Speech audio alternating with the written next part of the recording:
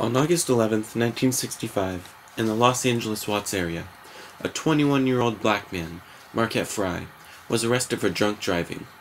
The drama and reaction of the arrest set off a series of riots that lasted 6 days.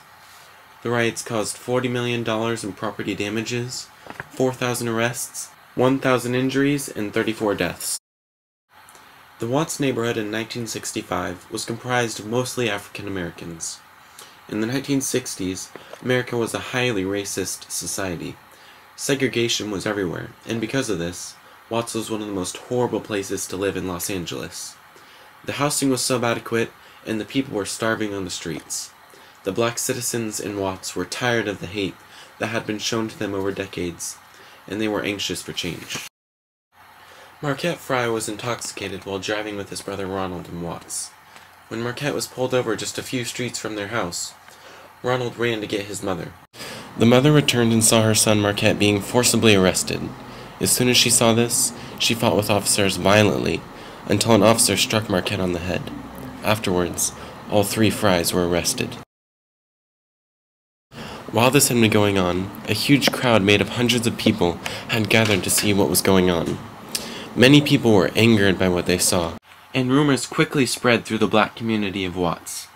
The arrest of the Fryes lit the fuse on an already angry group of people. Residents banded together and started vandalizing property and attacking any white people who entered the area. The city was unable to stop the rioting, and firemen who attempted to put out the fires were shot at by citizens. By the 14th of August, 14,000 National Guard troops had been moved into the Watts area.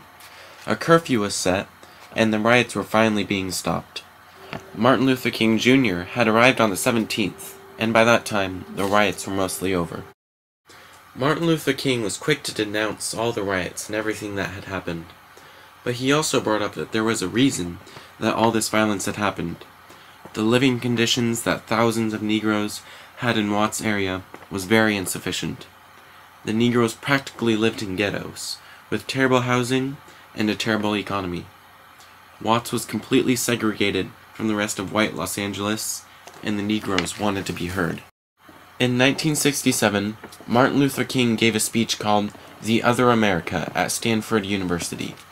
In the speech, he says this about America: "Every city in our country has this kind of dualism, this schizophrenia, split at so many parts, and so every city ends up being 2 cities rather than 1.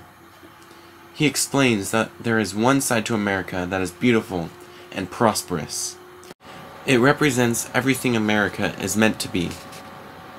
The other side is full of ugliness and has lost the hope that America is so famous for." King describes the other America as such.